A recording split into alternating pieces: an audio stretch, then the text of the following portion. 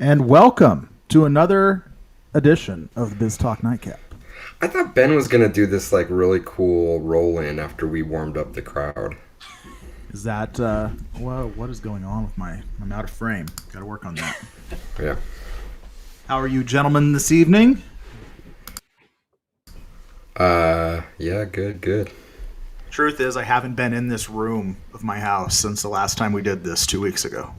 It's your dedicated studio for this show only. I mean, that's how deep you roll. Pretty much.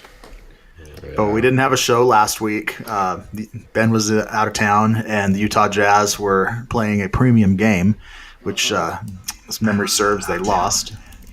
That was me. My bad, sir. No, sorry about that. But we're back with vengeance this evening, and I'd like to welcome on our guest. I think Ben, maybe you want to do an intro. You've probably known Akhil the longest. Yeah, there he is. We are excited to welcome Akhil Anumolu. I think I pronounced that right. Yeah, you're good. All right. So Akhil is joining us from a major airline, which will remain nameless. No, I don't know. I don't know if we're. I don't know if there's any. If that's really what we're doing, but Akhil is a veteran of the industry. He is an aviation geek. He's a digital marketing wizard. Knows everything there is to know about. It seems like he knows everything there is to know about the airline industry and everything there is to know about digital marketing to airline customers. And so we're just excited to have him here. No, thank you for having me. I am definitely not an expert, but I appreciate the kind words and being able to join you all. I know I've kind of known Ben and Jason almost, I think, going on 10 years in the industry now. And Tyler, obviously, we've chatted here and there and kind of met briefly throughout our time, but been on different paths just every time we try to meet up. I'm a youngster in the industry. He's a youngster, are we all? Akhil's the baby of the group. Well, Akhil is a baby, and he's way more successful than any of us. Akhil and Tyler are both babies, and they're more successful than the rest of us. It's very damaging.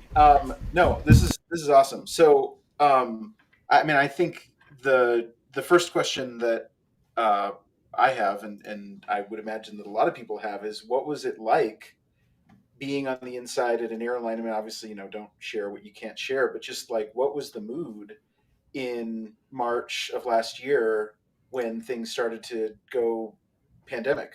Like, what were some of the, obviously the mood I'm sure was somber, but like, what did you guys do? Sure. Actually, everything kind of started during Super Bowl weekend. To be completely fair, that was the first instance where I started getting calls on, hey, we've got this virus that's originating out of China. We need to kind of shut down flights over there. We need to shut down kind of what's going on and find a way to take care of those customers and our personnel that we have there. So I remember getting a call actually on Super Bowl Sunday and being like, hey, we need to just put up some messaging in the APAC region and kind of address this. So I kind of started on point there, and it just kept going. And we were surprised by it. I think no one really kind of knew this was coming, no matter what the industry was. So it started kind of evolving from there, went into EMEA, and then obviously came into the US. And I'll say, like, the perspective we all had was, hey, this is growing. This is something we're going to have to adjust for. Number one, how are we going to take care of our people? That's first and foremost. And then number two, how are we going to take care of all the passengers and customers that may be abroad or in different spots away from home and make sure we can get them back? And then finally, it was, we know people are, have flights future out. How do we provide them some understanding of what's going to happen out in the market, out in the industry? And that was just a lot of unknowns for us. I mean, I'll be honest, like every airline, like every company has playbooks for almost every situation. I think this is one of the ones that had like a ton of dust and cobwebs over it because no one really thought it would be pulled out. It was like right next to zombie apocalypse. Oh man, yeah. I mean, playbook was actually the word I was going to use in my follow up. So there was a playbook. There is like someone had written down, here's what we do in the case of a global pandemic. I wouldn't say necessarily global pandemic, more when we need to shut down like major markets. Okay. because of situations, right? It's very similar to like if you have like a civil unrest or if you have any sort of major market kind of shut down overall, but now we're just doing it on a global scale. It's not like everything shut down at once. It was kind of a rolling shutdown. At which point we were just kind of leveraging the same playbook and using it, but no one could really teach us what were the best ways to be good leaders and talk to our people about what is going on. I think that was the toughest part for me, more than anything else. Is it's a lot of uncertainty. I don't know what to tell some of my people. They look to us as leaders and say, "Hey, do you have all the answers?" And I'm quite honest to say, "Look, I've been in the airline industry going on 6 years now. I've only been there during the good times. I wasn't there through 9/11 and all that. I don't know what to tell you, but I will say we're going to do everything we can to take care of people." How did you, like, on that note, how did you keep people positive? I know I've worked with Akil for a long time. I know that your team is very involved in digital metrics around your business, and I don't know for sure. I haven't, obviously I haven't looked at your data, but I would imagine that those fell off the table in March when things started to get really shut down. How did you buoy up the morale on your team? How did you keep people feeling positive? Yeah, I think a lot of that was one the company I work for. People just naturally have like a really big love and inclination for it. Like coming from tech industry into the airline world, I was used to people having like a tenure of like 2 to 4 years at a company, and then I came here, and it's you have people with 35 to 50 years. I'm just like, what is this? Like, you all are really like in love with this company. I don't understand what's happening. It took me a few years to understand. It was really because the company was really centered around the employees, and that had been permeating for a long time. And obviously, as the industry was doing well, it was it kept kind of growing. It kept snowballing itself because airline industry is one of the few industries that does profit sharing with its employees. So as the company does better, the employees actually get very great yearly bonuses. Everyone. And actually, management, we don't get profit sharing bonuses at all. That only goes to the employees. So as the company does well, everyone from like gate agents, flight attendants, pilots, any and everyone that's contributing gets a nice bonus towards it. So they see it as they're invested in the success of the company. So they said, okay, we've been here through the good times. Now it's time for us to kind of dig in and get this airline through what we think is going to be a tough period. The only unknown is how long is this tough period? So everyone's bought in and said, look, we're a team. We're going to fight through it. It's like if any sports team is going through a rough patch, right? You're not going to disband the whole team, go on, trade off anyone. You're going to say, look, we're just having like a rough 5, 6 games. Let's figure out what's going on. Let's have a team meeting, get our act together as players, and go back out there. And that's what we really did. We doubled down. We invested back in our people. We gave them any and every resource they needed to kind of go and say, what do we need to do to help our passengers at the end of the day? And I think that empowerment was what really helped more often than not, as well as us being transparent that we're all dealing with a situation that's kind of new to everyone. What is so a couple of things. One, just to inject a little bit of my own experience. I think that's awesome. And what's interesting when you started talking about how you work with these people who've been there 25, 30 years, that made me think of my very short experience at ESPN.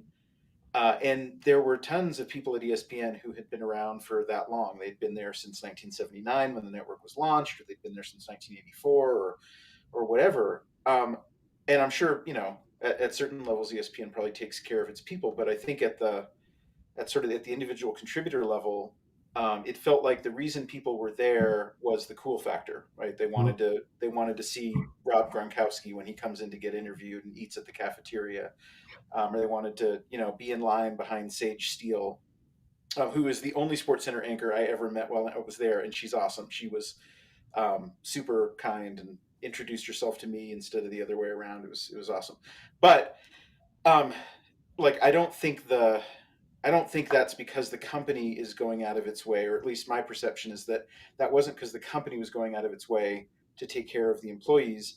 Whereas at Delta, there's certainly a cool factor. Sorry, I don't know. Hopefully, I'm allowed to say No, that. no, no, for no last names, please. No last names. I think Akil said it was okay to mention. Just he's not everyone. He's not here on official business. He's So no one's watching anyway. I'm here as a friend of the group. Here's a friend. He's and not sharing representing experience not from my representing industry. the company. He's not here as a anyway.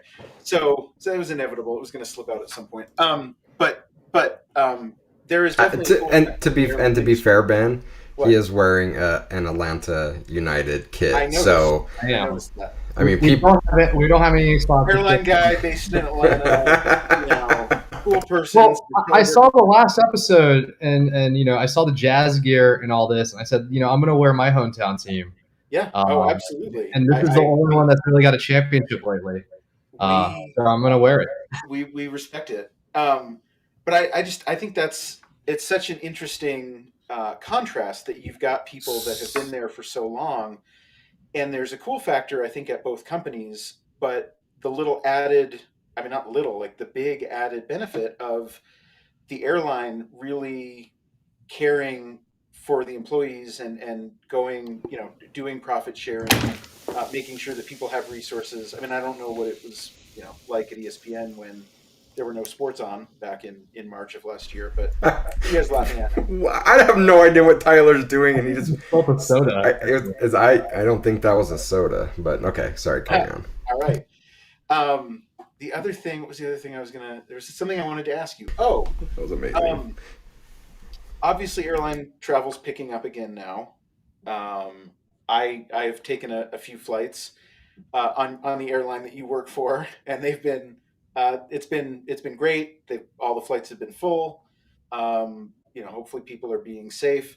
But how is the mood now? Are people is it noticeably more optimistic that you guys are starting to be able to serve more people again, and programs that maybe were put on pause are starting to pick back up? Is there a tangible difference? Yeah, I mean, there's a lot of optimism because obviously we're seeing day in and day out the demand that people have for travel. Like we know people want to get out there. We know they want to start traveling again, whether it's seeing family, leisure trips. We know there's even to an extent, people need to get back on the road for business, right? When they feel safe and comfortable in their companies, kind of allow it. I don't know if you all caught the Uber earnings report No. that came out a couple of days ago. They had a growing and record number of bookings through the app, and it's showing that there's demand that people want to get back out there and interact with folks. Obviously, Uber Eats is what killed it for them this time around, no doubt about it. But you can see that just even locally, people want to get out and get about, and the airlines and travel industry know that people want to get out and about. I feel actually worse for the cruise industry as a whole, right? They haven't been able to do anything at all. And so there's optimism on how do we get back to where we were and surpass that, as well as what do we learn from this about making the customer experience even better, right? It really pushed us to do better with technology, to be even more thorough about cleaning and safety, and then also it's a great push to say, hey, it's a new paradigm and a new expectation from the customer. How are we going to exceed that now? Yeah. Well, I for one, if you've watched the previous episodes, a common theme with me has been that the lack of travel has been, I think, maybe the most damaging psychological aspect of the pandemic for me personally. And so I can't wait to give you more of my money, Akhil. I appreciate it, and I feel it too. But before I joined the airline industry, I was a heavy frequent flyer. I had top tier status with my current employer. Well, before I joined him, I wasn't used to sitting around in the same city for a long time. Yeah. And then even I was grounded, right? Not that I couldn't jump on a flight at any time, but more so I'm grounded to keep taking care of what's going on here to get people out and keep a safe standard on our aircraft. Tyler has rejoined us. You cool, Tyler? Go ahead. I was gonna. We've got Akhil. I'm not sure exactly how to form this question, but I think one of the most interesting aspects of the airline business is the logistics involved. And I guess maybe the way I would put this is, since you joined the airline industry, what are some of the most interesting aspects of the logistics that go into everything from flight planning to, making sure that airplanes are where they need to be, all of that stuff that I think you've gotten. I mean, at least based on your Twitter feed, I get the sense that you've picked up some of that stuff. What are some of the most interesting nuggets um, that you've learned? I'll give you one to start that I picked up from a guy who lives a couple doors down from me. He works for your airline as a flight maintenance, and an airplane maintenance guy, and he says that like some ridiculous percentage of delays, like 60% of delays, are due to broken coffee machines on the planes. So like what have you got? Blow me away with some interesting logistics facts or observations you've had. Oh man, this is an interesting one. I don't think I've been asked this before. I've been asked about like interesting things about like the airline industry as a whole. I kind of share that. Yeah, Logistics wise, if you've got something convenient on that, go for it. Whatever you think is going to be interesting. I'm um, the more I travel, the more I'm fascinated by some of the logistical aspects. But I'm sure the audience would love to hear just like random airline industry facts that you've or observations you've had. now I've actually learned like for a lot of airlines that are flying out of like South America, especially when it comes to produce, that produce cargo actually tends to be pretty valuable. Like we have Hmm. certain routes, and other airlines do too, where it's like we call it like the asparagus route because like the cargo hold is just like full of asparagus. And while the aircraft may not have as many passengers, you see them moving them around for weight and balance just because of Huh. the amount of cargo kind of in there. So it's interesting to see like from different locations what gets sent over. Like there's cars in the cargo hold at times. There's like gold bars. Like Federal Reserve is just like sending cash at times, mail. Wow. Um, so it's really interesting in terms of how you tie passenger logistics with cargo logistics to get things where they need to be.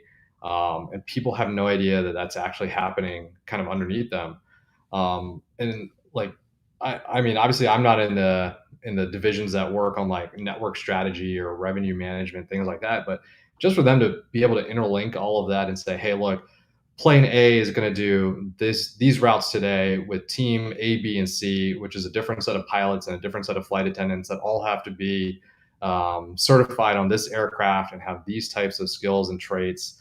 And then we're going to get all these passengers that kind of fly in at these times, that go out at these times. It's absolutely nuts what kind of goes into it.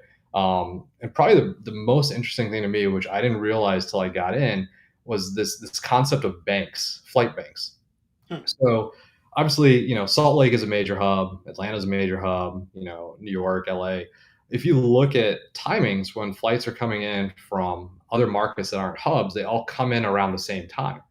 So Hmm. when you're flying in to those hubs, they're all getting in at the same time to catch major flights out of those hubs that are specific out of those hubs, like international flights or major market flights, right? So if you're talking about a flight from like New York to San Francisco, a heavy business flight, you may have a ton of flights coming in at like 8 a.m. into LaGuardia or JFK that are coming in from like smaller markets because they need to catch that bank of major flights, Yeah. and how the logistics to get there and get that together, where you're coordinating with those outer airports and those aircraft to get passengers in so they make their connection on these major ones.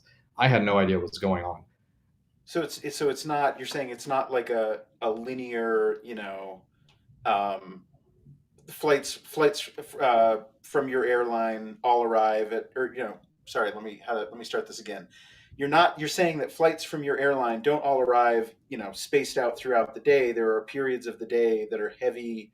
You're going to see a bunch of flights from one airline coming into the same airport at the same time to try to catch uh, outbound flights. I would never have guessed that. The only time that I've seen something like that is like I think like in Australia, inbound international flights can only land between like 6 and 8 a.m. But I think that has more to do with like customs Yeah, it's stuff. typically customs like noise ordinances, Yeah, things like that. But if you look at like the major international airports, this is irregardless of my airline. This is like all airlines. You'll see like international flights all tend to leave around the same hour. mm, And that's because the focus is for the few hours before, how do you get as many customers from those yeah, non-hubs connected in to catch those flights, those major flights out of in that bank. And then obviously those that's banks also have to do with the time that they arrive, yeah, right? So like if you're talking like a 5 to like 7 p.m. Bank out of the East Coast and they're going to Europe, right? They're landing first thing in the morning in Europe. right? And then folks can get on with their business day because they were able to catch kind of like the red eye and get there immediately for work.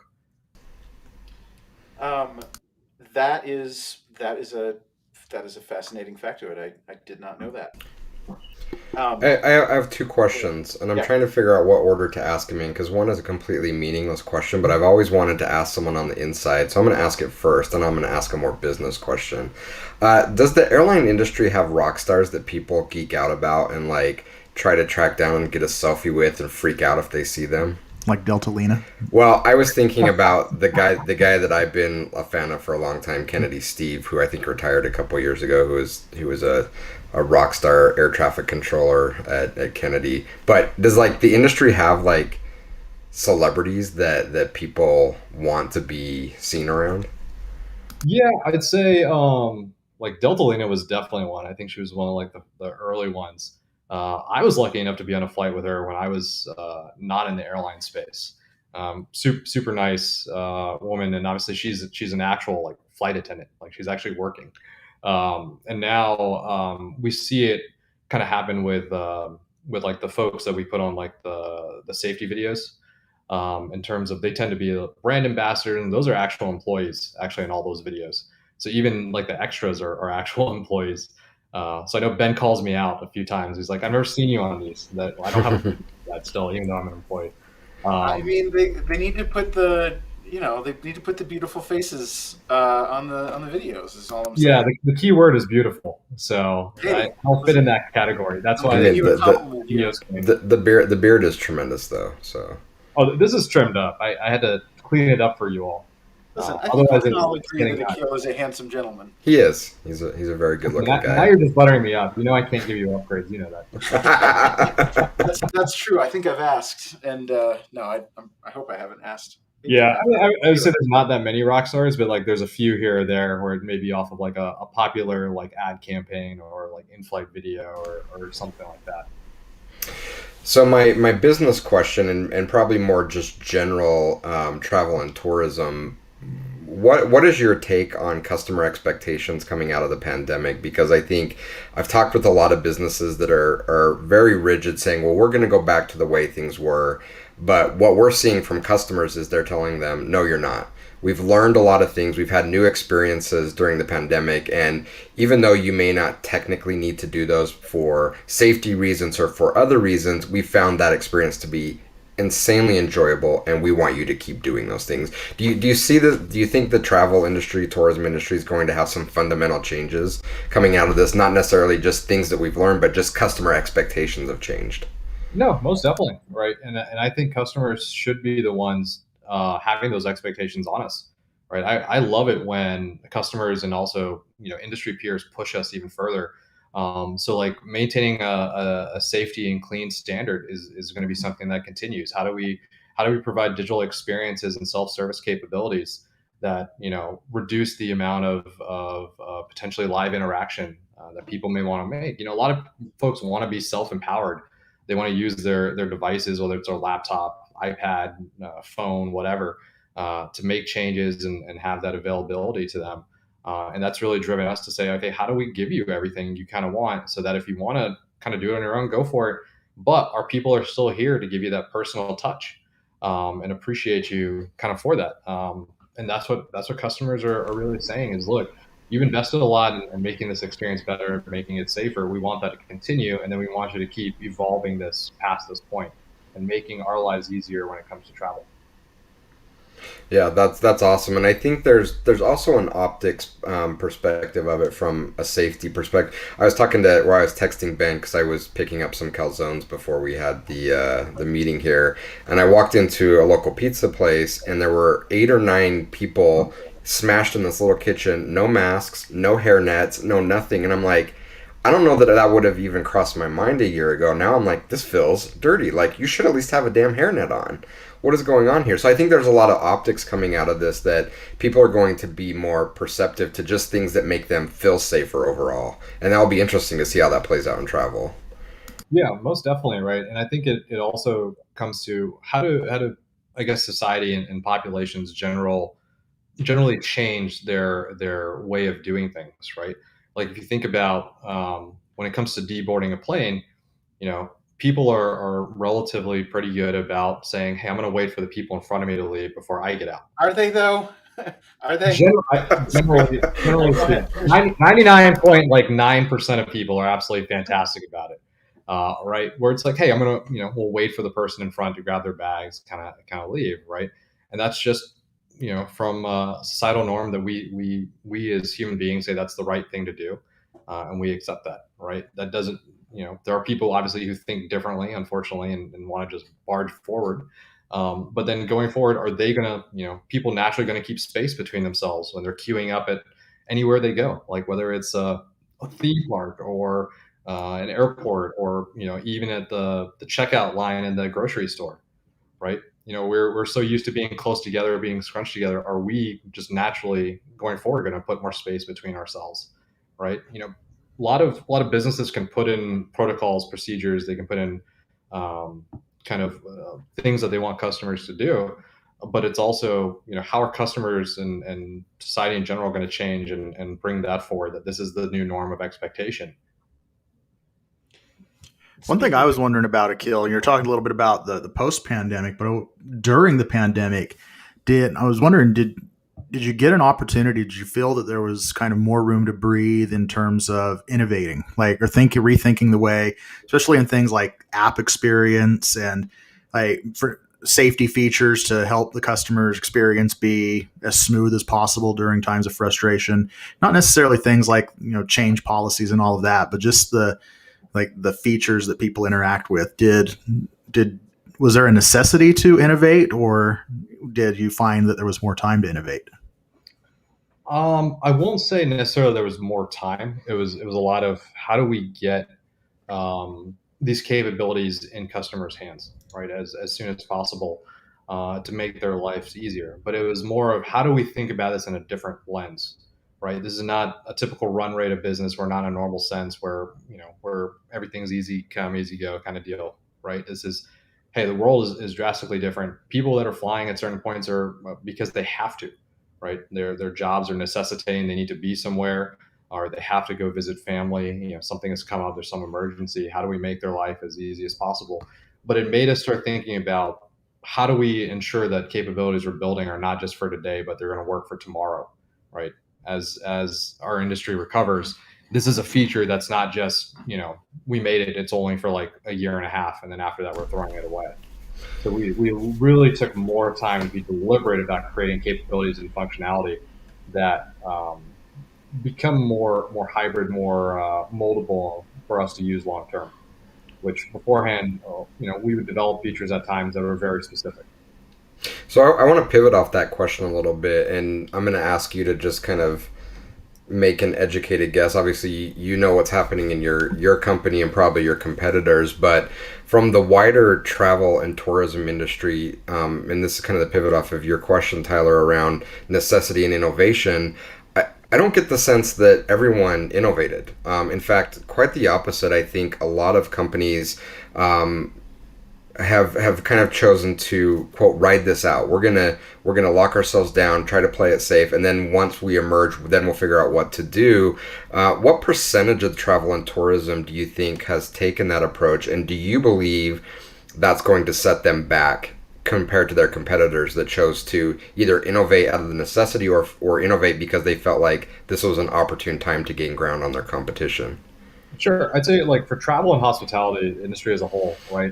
I would say every single company invested some bit, whether small or a large amount, in innovating, because they knew they had to do it just to maintain the status quo with their Yeah. competitors, right? Now, obviously, the amount they invested there's a drastic gap between some companies and certain industries. Um, but if you look outside of travel and hospitality to other industries, you see that there's some industries that didn't do anything, right? Like, they just didn't want to make those capital investments because they're unsure of their revenue streams. They didn't want to do that and have potential losses. So I'm glad that the travel and hospitality industry invested during this period, especially when revenue and passenger customer numbers were down overall. But it's like you called out. Some brands went full speed into it. Some of it went a little bit more cautiously. but they still accomplish some things that they may not have done in a normal circumstance. Yeah, it makes sense to me. Do you think that those that are writing it out, how far back do you think that may set them from their competitors? I would say I don't know, to be honest with you, because there's one stance of if they don't invest at the right time after this, based off what they've learned from their competitors, they're obviously going to be behind.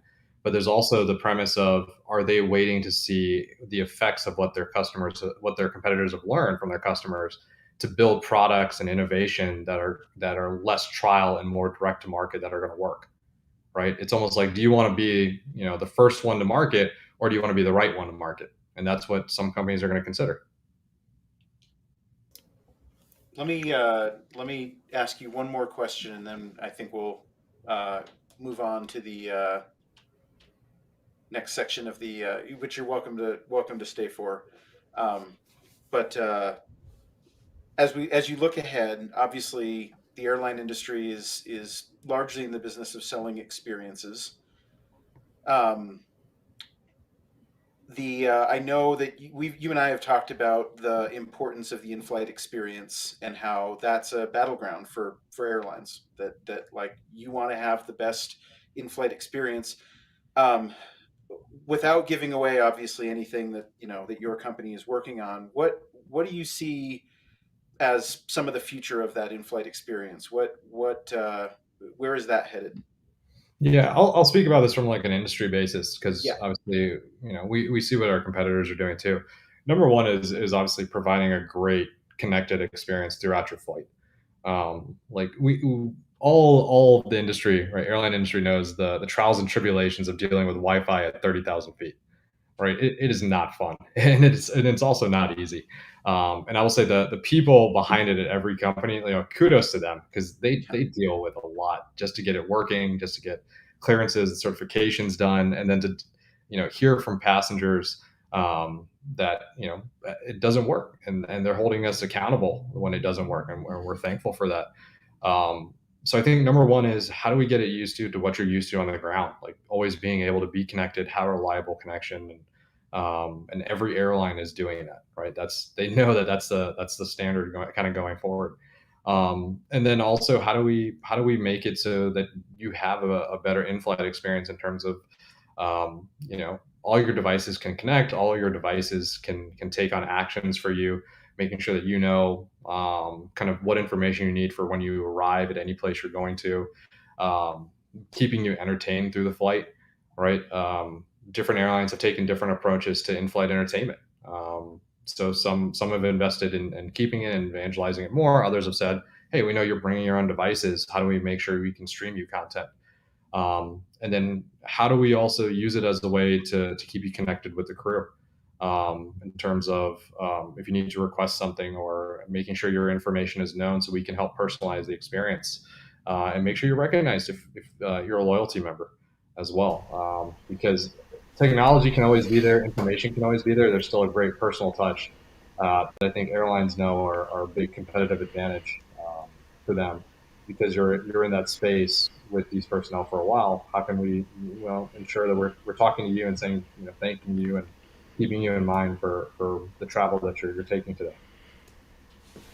Well, I for one look forward to a bright future for travel. And these guys know we've talked about it many times, that I can't wait to get back out there. So, um, thank you for joining us and talking about the airline industry. I'm sure we'd love to have you back. Tyler, what? You said get back out there as if you haven't already got back out there. I Well, I've know, got right? back out there, but not. I mean, Not we not talked peak about ban. Not peak it's ban. not right. I mean, what I want to do is fly down to Atlanta and see Akil face to face and talk to him about digital marketing, and that isn't happening yet. That's still happening over Zoom. So Yeah, and I look forward to hosting all of you. Atlanta. yeah, By all means, it's an open invite. Come through. You I you will. still you still owe me a soccer match that I'm going to take you up on. I I do. I do. I still yeah. have your Real Salt Lake scarf sitting with the rest of my soccer Yeah, scarf. I've got my Atlanta one as well. So I Yeah. appreciate the trade. Yeah. Next time you come in, if you ever come in, I'm holding you to it. Or we're going to take you to Mercedes-Benz Stadium and take you to a soccer match there. I will tell you, I'm not the traveler that Ben is, but the last year has made me want to soak it all in and get out there and experience more things. So hold me to that. Yeah. I definitely will because I felt the same thing. I was like, oh, I can do all this travel later. Like it's fine. I can put it off. No, My Yeah. my I, first post-pandemic trip next month is going to be to West Virginia, so that's going to be wild. Do I dare ask? are you relocating with their new program that's going to pay you? I think like 15,000 to move there. That can't be a West Virginia program. It can't be that progressive there. Yeah, they just announced it recently. Do you have to work in a coal mine? I don't know the details. West Virginia was one of like 2 states that had a coronavirus transmission rate low enough that you could enter the Northeast from West Virginia. Like them and Washington. So Wow. they're doing something. They're getting something right down there. All I know on the topic of airlines is there's not an airport in West Virginia, pretty much. Really? You have to fly into a dirt strip in some farmer's field. I'm going to Where a do you wedding. fly I have to into? fly into DC and drive 4 hours. So, Wow. but Yeah, it's not the most air traffic heavy state.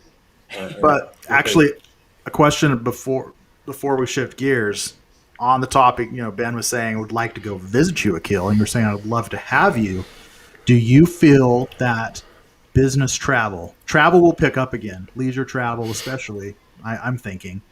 I'm skeptical that business travel will ever be the same again, both because companies will say, "Whoa, we've saved a lot of money on that expense line.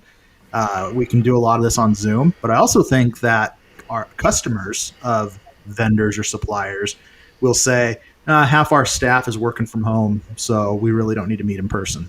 Like, what's your take? I think actually business travel is going to come back stronger than before. Right. I think there's a lot of missed opportunities for connections throughout the last year, and it's going to be a differentiator, especially for like sales groups, consulting groups. To say, look, let's say some software companies in an RFP and their people are flying out, and company B's people are not. Right. The client is going to take that as a personal touch versus not. So that's going to be a huge differentiator. And obviously, these consulting firms are going to say, look, we can charge more for people on site versus off site. We want to have them fly in and be on site with you. That's my take on it. And also, I think just with how everyone's been isolated for last year, they actually look forward to seeing some of these folks. Like I look forward to seeing my team. Right? It used to be taken for granted that I see them every day, and now it's like, oh, great, we get to hang out and maybe grab a few beers and chat over things. It'd be nice to do that again, and also do that with vendors and partners that we haven't been able to do that with in a year as well. Right? A lot of these companies they're very integrated together in terms of the services they provide. You want to have those dinners on the vendor's dime. I want to spend my company's money on you. Well, let's be honest. I'll copy get to these do sound that bites to too. Shantanu. Shantanu, we need to travel. Yeah, Jonathan has got a nice private way of traveling, so I don't think Yeah, that bothers him too much. it's true. But I will say the Atlanta United game's on me. So if you all make it down, let me know. We will have front row center like on the field Nice. tickets, enjoying that experience. Awesome. Staring at a lot of Argentinians because now we are just a team full of Argentinian players. They're good at the football. They are. We're changing our name to Argentina United. So Any questions for us, Akhil? Not that you should have one as the guest, but is there anything you want to put Ben on the spot on live TV in front of our? By the way, this is our highest viewed. Like, our ratings have never been higher. This is what is the total number? What's the total I number? don't see anything. So It's hard to count the exact number because it's running across Twitch and Twitter and YouTube. But I think that the number is already high. Like, we've been averaging probably about 50 views in terms of live and live plus 7 days. I think we might be like in that number range already without the DVR. So awesome.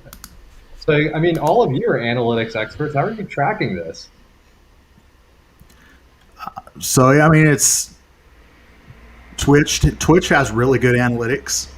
YouTube has relatively okay analytics, and I haven't been able to quite unlock where Twitter's video analytics go, because Twitter's video platform is Periscope, which I thought was sunsetting. They said it was sunsetting on March 31st, but it still is working today. But you actually get really good analytics with Twitch and YouTube. I don't know that there's a way to unify those other than doing it manually. Well, But there is, and it's going to give us this amazing omni-channel story to tell, and we're going to make it sound a lot more amazing than it is, and we're on multiple channels simultaneously, something like that. I suspect that if we were using an Oracle product, we'd probably be able to tie all these data sources together. That's what they tell me anyway. Yeah, I won't put Ben on the spot. I do that enough to him in our normal 9 to 5s that I'm not going to do it to him after hours. I respect his time and the fact that I'm not paying him for his expertise right now. Well, you're welcome to stay with us as we randomly shoot the breeze on various business topics. Unless Jason or Ben, you have any other further questions on the business or the airline related side of things. No, I mean we could keep going for hours, so Yeah. I'll let you draw a line. Yeah. All right. Cool. Well, I appreciate you guys having me. I'm actually going to sign off. It's late here. It's on bedtime. Yeah. It's way past my bedtime. Thanks, Kill. So It's appreciate been you all great to having have you, me. Kill. Great chatting with you all as normal, and look forward to catching up again. All right. Stay safe, sir.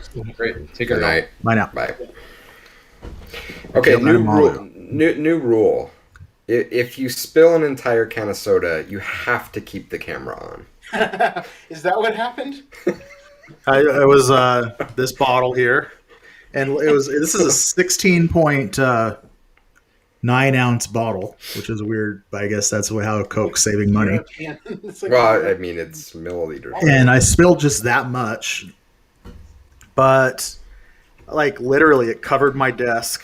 It made Surface quite the tension. noise things going on. Splattered on the wall.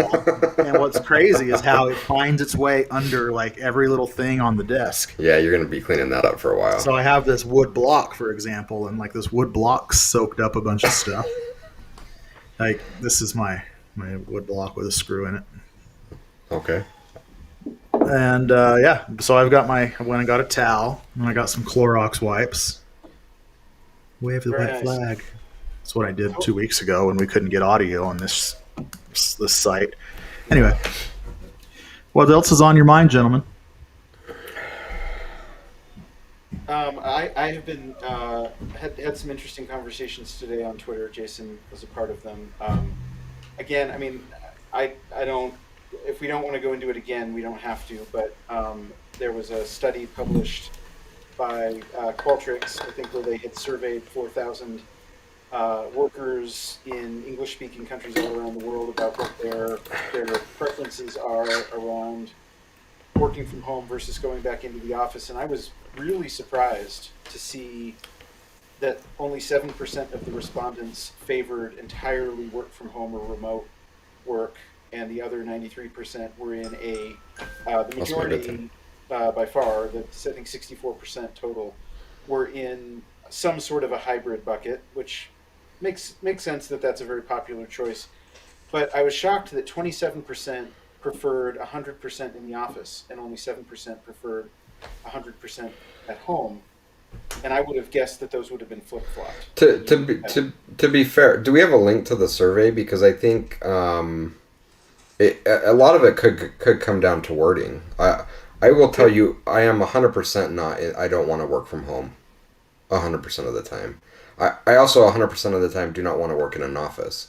I want to work wherever I want to work. And so I think, the semantics used in the survey could potentially have skewed that. So I'm interested in how they worded it. Pulling it up. Let's see. The question is, which of the following work setups would you prefer after the pandemic? And then it's always in the office majority of the time, equally divided between home and office, home majority of the time, and then always at home. Yeah, I think it's a poorly worded survey, to be honest, because I don't think that any of us, especially those of us I've worked from home for more than a decade. I don't want to be working from home all the time. for me, it's about the flexibility of being able to work wherever I can work. Now, whether people read into working from home as that or not, I don't know how they're reading the question. But to me, I think that that would absolutely skew the results and would make sense why the always at home is 7%. That would make sense to me. Well, Okay, you can see the question on your screen now, thanks to the miracle awesome. of technology. Right, and what I'm saying is I think that the way that the potential options were worded has probably Well, skewed they're that. worded here. Oh, you're saying I got you. I got you. But here's this is the part. I mean, I think like this has been done to death. Every person in the world has tried to do a crappy LinkedIn survey on work from home preferences after the That's pandemic. because it gets a Which, lot by of the way, likes and you're all doing interaction. LinkedIn surveys wrong. Um, Surveys are that actually, incredibly you know who we difficult to should have do as a right. what's that? Surveys are incredibly difficult to do correctly. They are, and we should have a friend of mine who is a survey methodology guy join the show at some point in the future. Um, but what's interesting, so the take that I think Hmm. that I haven't seen as much of that I think is worth a little bit of discussion is what you and I eventually got into on Twitter on this topic, which is given that a lot of people obviously 93% of people prefer some sort of hybrid or entirely being in the office. But if there is like I don't know what the point is, or what the tipping point here would be. But if enough people did choose to be remote or to work from home, even a majority of the time, I would expect that to cause some companies, maybe many companies, to question their investment in an office at all, which takes away, I think, the choice of coming in or staying home, right? Well, for sure, but I think there's a different way to look at it. I think if companies are looking at it as offices as we've had them before versus not, I don't think that that's the right way to look at it. What I'm honestly hoping happens is that we have a revitalization of how we look at the office. And I don't know, I'm sure there's an industry around doing this, but I want to see office design reimagined.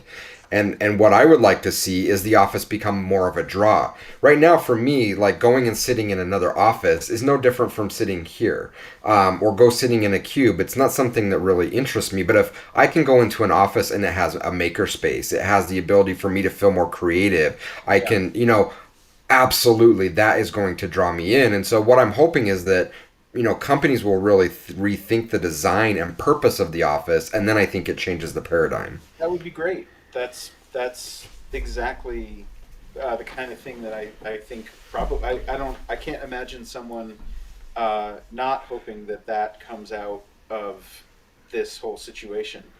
Um, so anyway, I don't really have anything additional to add other than that I think my concern as someone who is very clearly in those middle three buckets, some degree of hybrid work, is that like I worry when I talk to people at my company who say if they make us come back in at all, I'm going to go find a new job. Like enough people say that, and I mean, that's what's going to happen. But I'm actually I think it's Yeah. the results of Yeah, this where are they going to go? Where are they going to go? And honestly, I think we also have to be realistic, because especially a company the size of an Adobe or larger companies, the spectrum of people working in those companies is massive, and it's not realistic that everybody working in that company has the ability or the aptitude or fill in the blanks to be able to work from home. When I think about working from home and people that can work from home, it is highly skilled, very experienced people. So if you're going to hire, younger talent that needs mentoring, there's always going to be a need to have that more centralized. So I think we also have to be realistic about the population that we're surveying in these studies. Is it really representative of that broad stroke? And from Ben, from your perspective, it's just not feasible for Adobe to say, everyone's going to work from home or in the office, because you have such a broad spectrum of people. There's going to be a group that is going to be, we want to work from anywhere. You're going to have a group that's going to be hybrid, and you're going to have a group that, honestly, I think a lot of people have a desire to go back in the office because they're missing the structure that provides. And I think that that's a perfectly valid thing to do. Fourth Yeah. grader DJ Dylan tells us he likes to go to school in person. Good job, DJ. I'm pulling for you, little guy. Oh, his name's Dylan. He's a DJ.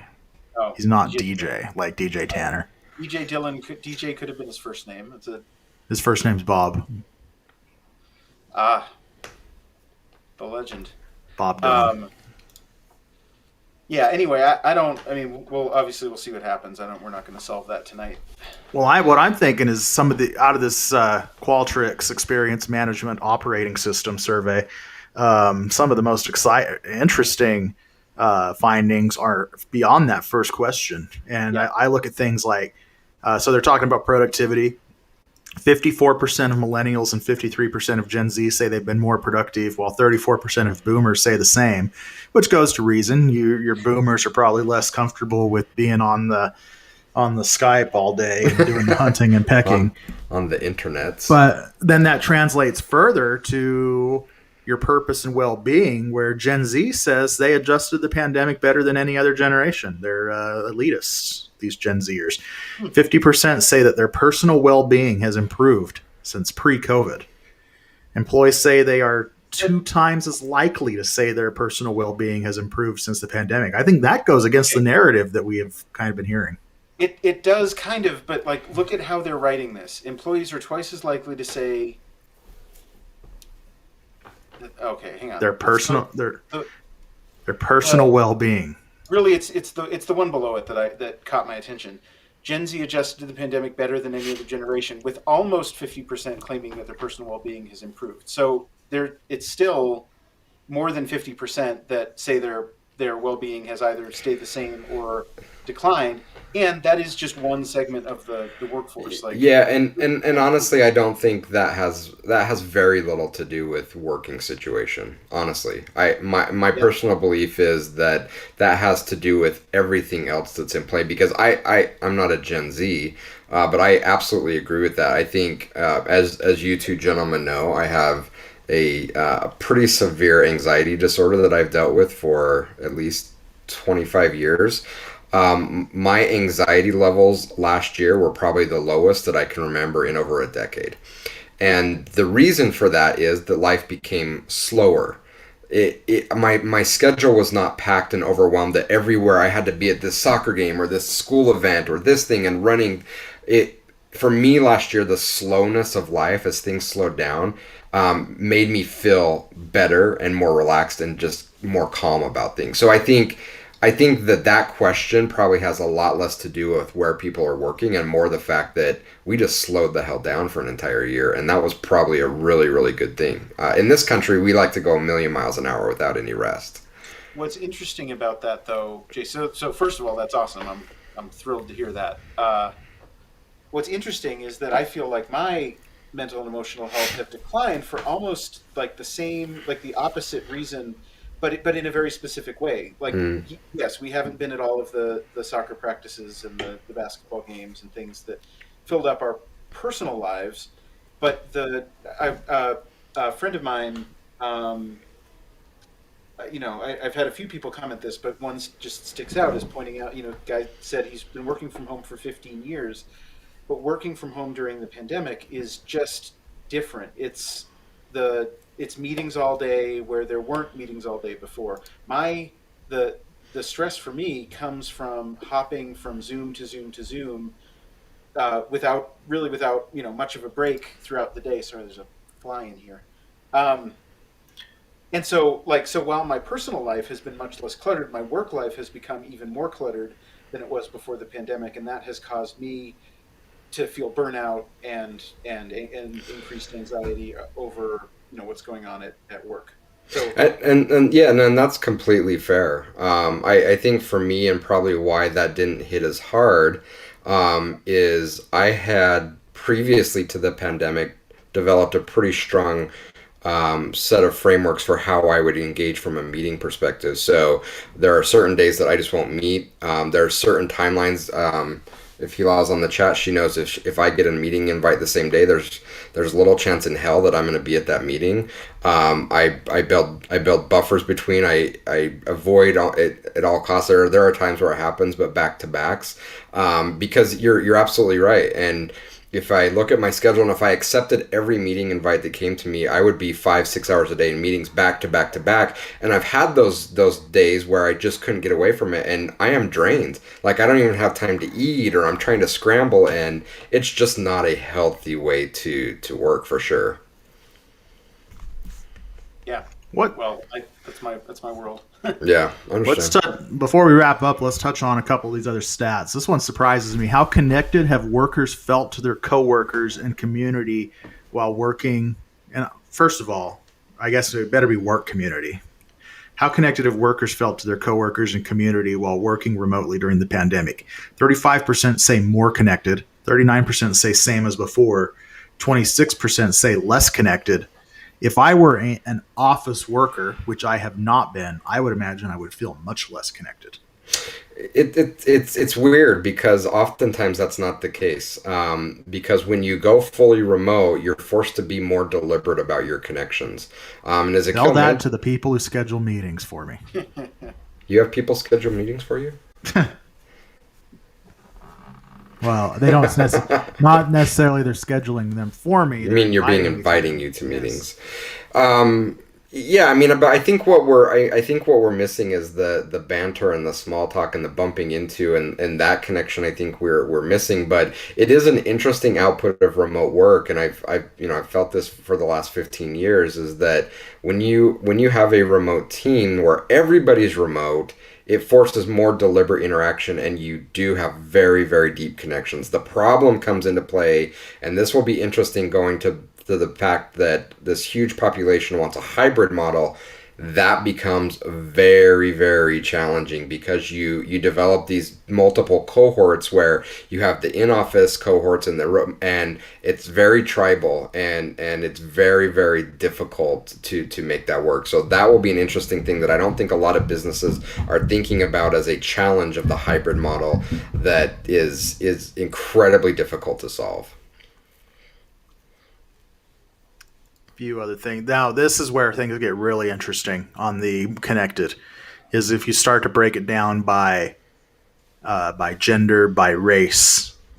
I find it brings. I can't judge on where it's like men are 44% more likely than women to feel more connected since the pandemic began. I don't have that experience of coming from a woman's perspective. So I would love to hear from Anne or Hila in the chat if you have thoughts on that. 43% of black workers feel more connected since the pandemic began, compared to 27% among white workers. Again, I can't comment on the experience of my black colleagues, but I find it interesting that there's such a disparity, and I wonder if it's just a sample size thing or what, but I'd be curious to know more about the why behind that so that I could better understand. Yeah, it's definitely interesting. All right, gentlemen, thank you. Any final thoughts for tonight? Anne says she feels less connected, but some of it is because it is harder to get words in on virtual meetings. That's true. It's very hard. Like I'm a more of a sit back and listen kind of person, and I've been told that when I say things on meetings, I wait till I have something meaningful to say. But my goodness, there are meetings where people suck up all the air. It is nuts. Dylan says this was our best show yet. It was a good show. We're starting to feel a good groove here. These things take a while to get the flow going, but this was a good one. Yeah, let's do it again. Okay, same bat Wednesday. Time, same bat channel. Maybe we'll move it earlier next week since we haven't. And Ben, do reach out. I think having an expert that knows how to put together surveys would be a fascinating conversation. I have many questions. Surveys. I'm sure he would be into it. Yeah, that would be awesome. All right, gentlemen. All right. Thank you, everybody. We appreciate you joining. Tell your friends, like and subscribe, and follow on Twitch. And we will see you all again next week. Be safe. Bye.